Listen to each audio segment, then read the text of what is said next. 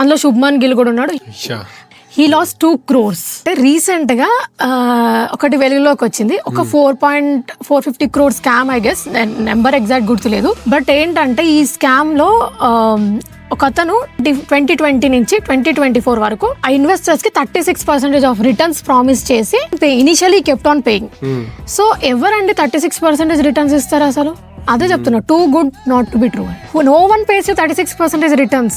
Only credit card will take you 36% of your interest. No one will pay you. 11,000 investors lost their money. So ఈ scam ఎలా జరిగిందంటే it's like a Ponzi scheme this is called. ఏంటంటే ఇందులో కొత్త investors వస్తూ ఉంటారు కదా, వాళ్ళు పెట్టే అమౌంట్ ని పాత ఇన్వెస్టర్స్ కి రీపే చేస్తుంటారు అనమాట.